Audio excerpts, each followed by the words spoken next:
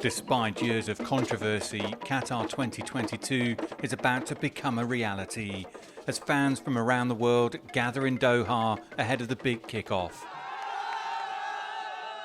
Qatar has faced a wave of criticism since winning the right to host football showpiece event almost 12 years ago. The latest hurdle for fans, a last-minute announcement that alcohol sales will be banned in most areas of the 8 World Cup stadiums. The only exceptions for certain fan zones and corporate spectators. I understand it's a disappointment, but it is the way it is, and everybody knew it was going to be a different World Cup, so, well, the excitement is still there. I don't agree, I understand why, but let's see what happens. We were not expecting to drink inside the stadium as well. We're just here for the fun and to watch the games. So it's a secondary thing. The winner to organize the 2022 FIFA World Cup is Qatar. In 2010, Qatar shocked the football world by beating overwhelming favourite USA to host the 2022 World Cup.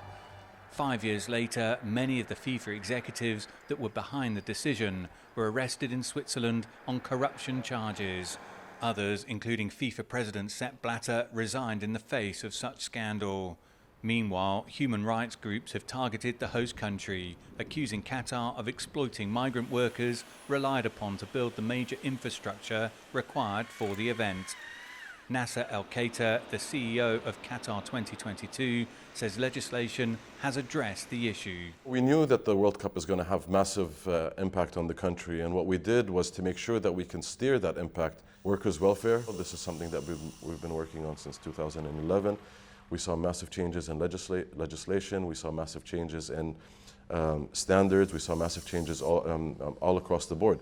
Promoters of this tournament are promising a World Cup like no other, a first in the Middle East, a first in a Muslim state. Despite all the controversies in the build-up to this tournament, organisers are still hopeful it will reflect positively on Qatar. The next few weeks will put that to the test. Dan Williams, CGTN, Doha.